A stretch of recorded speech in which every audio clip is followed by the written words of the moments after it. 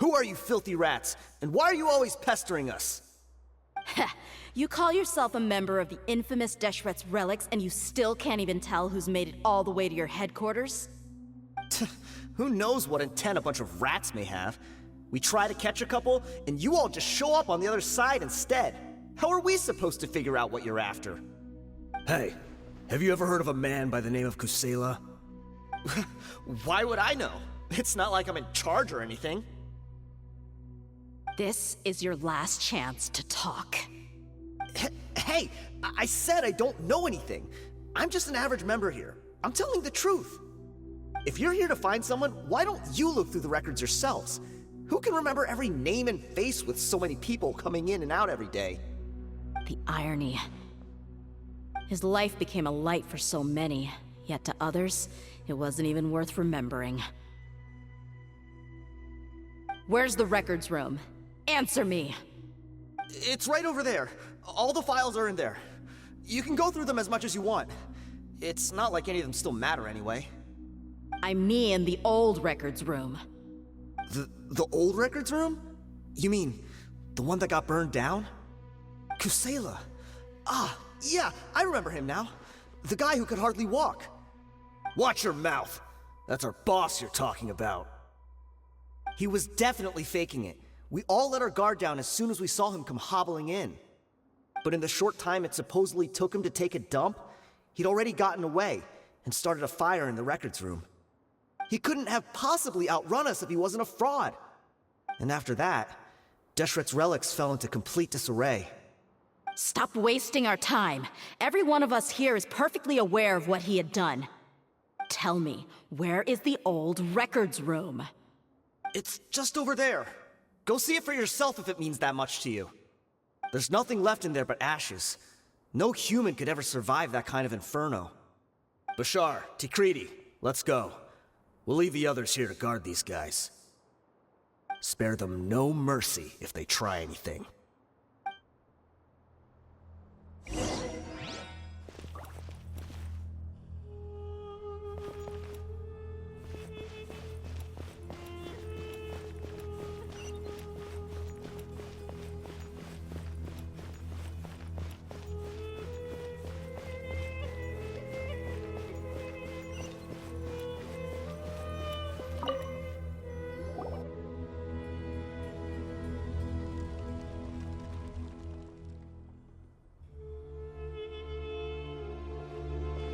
So, this was his final destination. How did he do it? Getting past all the guards with a limp and sneaking in here to start a fire? If he was nimble enough to do that, then he must have been able to get out of here after starting the fire, right? Tia. I'm sorry. I know it's just wishful thinking. Let's look around. Maybe we can find something that's been left behind.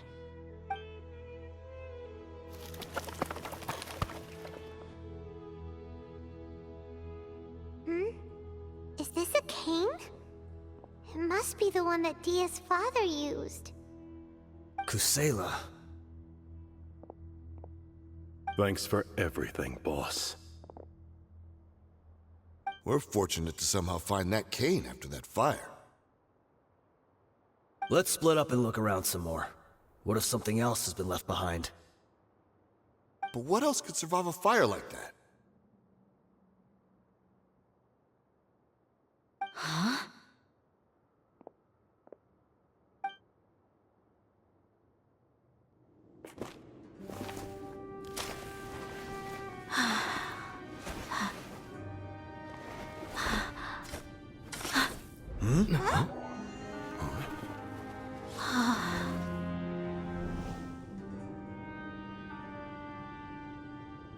Thought so. Wait! Isn't that the toy sword you played with as a child?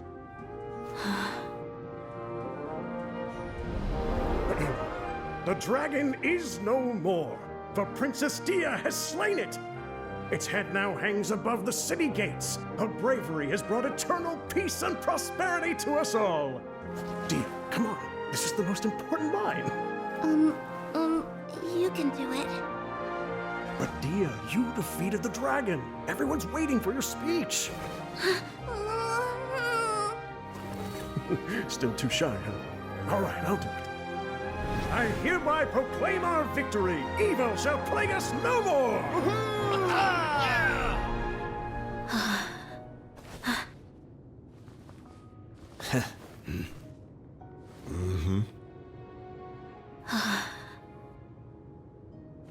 I hereby proclaim our victory.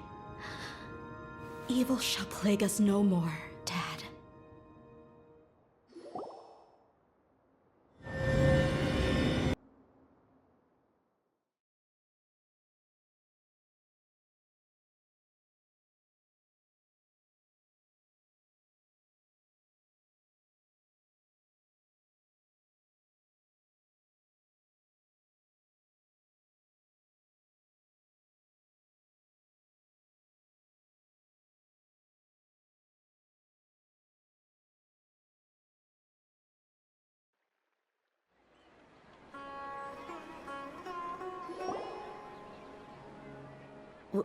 What's this?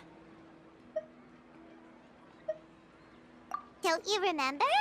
You asked Paimon what she would do if she were to wake up tomorrow with loads of money. And Paimon said that she would get boatloads of tasty snacks. You looked super confused at the time, but said it was an adorable thing to say. These opportunities don't come by often. So today, Paimon's gonna treat you to a special crash course on Paimon's life philosophy. Hey, this way you get something from the both of us for the price of one. Anyway, the point is that you should eat to your heart's content. You'll feel better for sure once you've gotten something in your tummy. Dunyarzad will also be here shortly. She's already heard that we're back. Aw, thanks, you two. Honestly, this is very unlike me. I just had a lot on my mind on our way back, so I didn't know what to say. My chest was filled with all kinds of intense emotions. They just shook me even more than all the feelings we've shared during our previous adventures. But when everything came to an end, those emotions also vanished without a trace, and I was left feeling more empty than ever before. It was as if I'd lost the thing that was most important to me.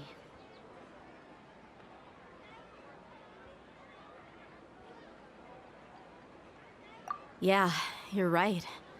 To many mercenaries, Mora is the most important thing in the world. But perhaps to us, it's the most worthless thing of all. Idrisi and the others all used to say that they would quit if there was no Mora to be had. But when it came to avenging my father, there was no Mora to be made anywhere. My reality shattered when I found out that the father who always told me hero stories was in fact a bad guy. But look at me now. Am I any different? Despite all my promises about never forgiving him and never trying to understand him, I still went to such lengths to find out the truth, and nearly even shed tears for his sake.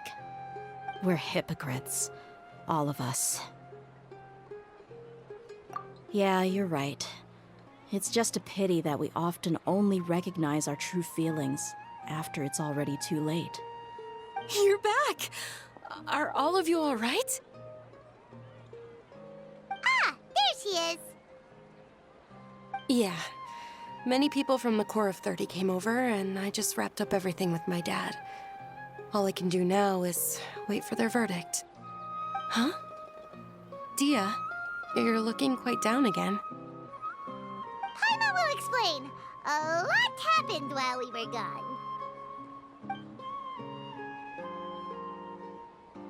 I'm sorry. I really should have controlled my emotions better. I just... It's all right, my lady. You were hurt by all of this as well. Truth be told, I'm starting to feel a little guilty watching you cry like this. But Dia, your pain must be even worse. You shouldn't need to comfort me. Hey, don't worry about me. If anything, this whole thing has finally shown me the difference between illusion and reality. My father probably thought that people could settle into new lives as long as they moved to a new environment. That thought has even crossed my mind a few times. It's like saying, what's wrong with adapting to a new life? However, there was always something deep within my mind that refused to accept it. This impulse brought me great turmoil, and even made me feel ashamed for turning my back on your father's kindness. But now that I consider it again, it all makes sense. The desert sands are a part of who I am, and I will never be able to lead a peaceful existence. I understand how you feel. That doesn't mean I won't be making any changes to my life, though.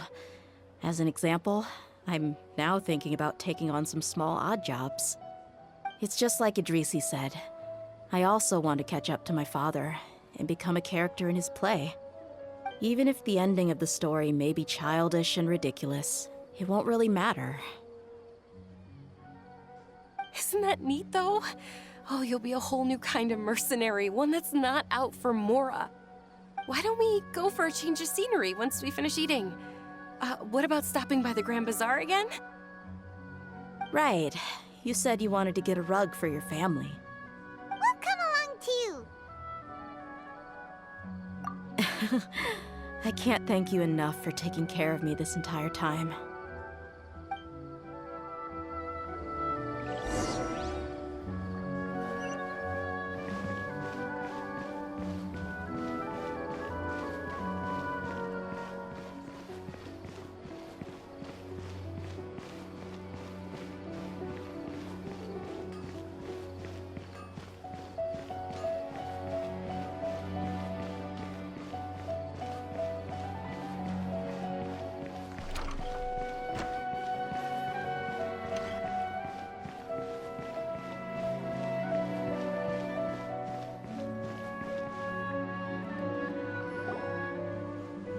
Oh, this rug here is quite something. The craftsmanship is exquisite, and the fabric is also of high quality. Ah, here you are. Finally, I found you. Hey! Aren't you that mercenary who bit his tongue?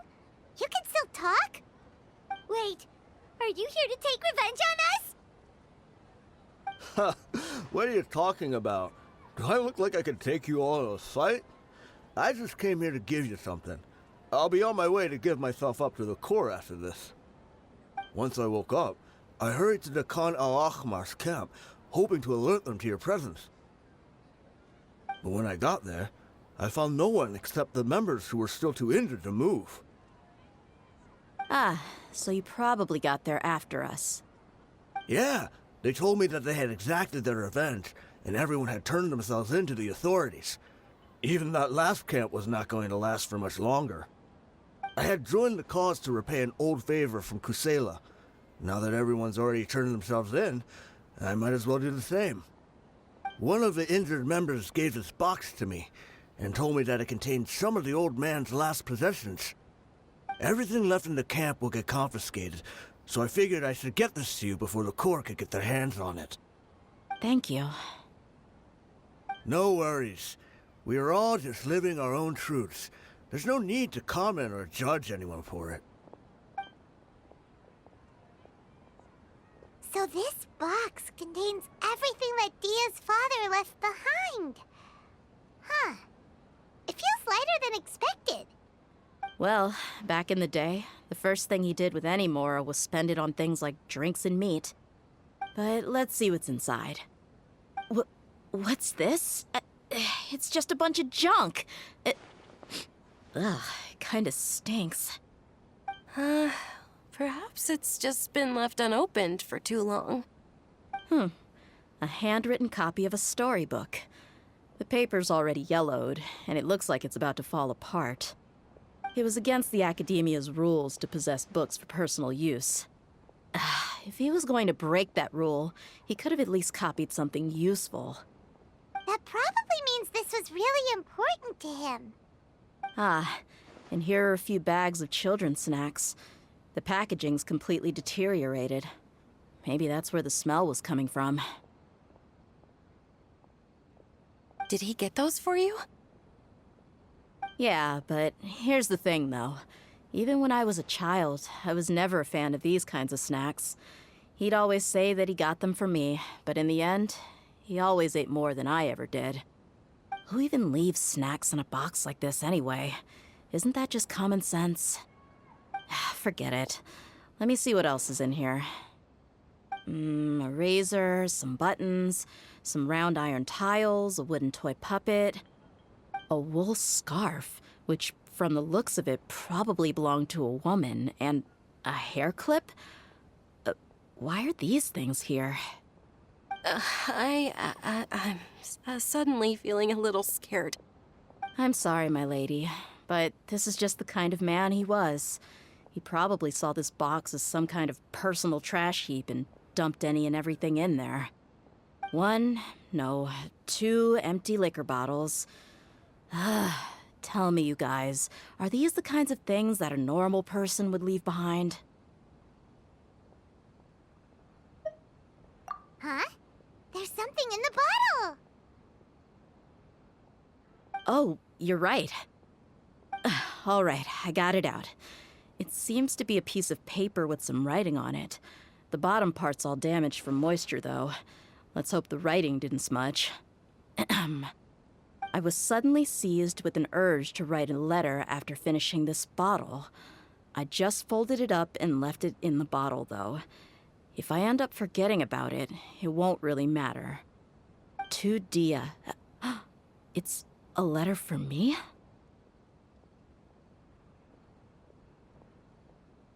It's all right. I'll just read it out. If he went to the trouble of writing a letter, there must have been some important things that he wanted to say. Or at least record down. My condition's becoming worse and worse. Can't even walk without a cane anymore, much less go out and have fun. Guess I don't have many days left. If you're reading this letter, then I suppose I'm already long gone. You were adorable as a baby. Everyone loved you. And regardless of whether you were crying or laughing, everyone enjoyed having you in the group. But once you grew a bit older, you were no longer nearly as happy or cute. It's probably the guy's fault. Can you believe this guy? He can point the finger at himself. Anyway, back to the point. To summarize, I'm writing this so you would know not to feel sad for me, even if you end up finding out the truth. The reason being that I was never your father to begin with. Wait, what? Surely, he must be joking, right? I don't know. I was quite formidable when I was young, and 100 times cooler than some so-called flame main. Really felt like the whole world was under my feet. With just a teeny tiny bit of effort, I felt I could rule over the entire desert. But as fate would have it, I went out into the desert for a drink one day and discovered a baby in the sands. It was you. You were just lying there, small and helpless. You were so tiny that if the wind blew for just a little while longer, you would have been buried forever. But your cries were so loud they made my head hurt. Now that I think of it, you really were a bundle of energy. Sounds like he's serious. I told Idrisi and the others that I had slipped up with a woman while out and about. None of them even doubted me. I'm sorry that I had to lie to them for so long, but I really had no other choice. I was their most esteemed leader, after all. It's not like I could just tell them that I suddenly wanted to play at being a father. At this rate, I'll puke up all the liquor I just drank from this bottle. Anyway, Dia, you possess the kind of freedom and kindness that we could only dream of. As far as how you should live your life, that'll be up to you to decide. That's the end of the letter. In the end, he was still thinking of me as a little child. I suppose, or I would have suffocated under the sand a long time ago. He was a good father to you. The fact that he wasn't a blood relative doesn't change that. Yeah. It's just a pity that we had to learn the truth of everything like this. Do you already have some ideas about the decision that he wanted you to make? I do. If he first found me alone in the sands, then I want to try my hand at finding the person who abandoned me. I just have one wish. To tell them a story. That there once existed a childish and foolish jerk with a heart of gold. And that only under his care was I able to grow and mature into the person I am today. If you end up finding any leads, can you share them with us? We go on adventures all the time. Maybe we'll be able to find some information for you. Sure, I appreciate it. I wasn't expecting you to be so enthusiastic.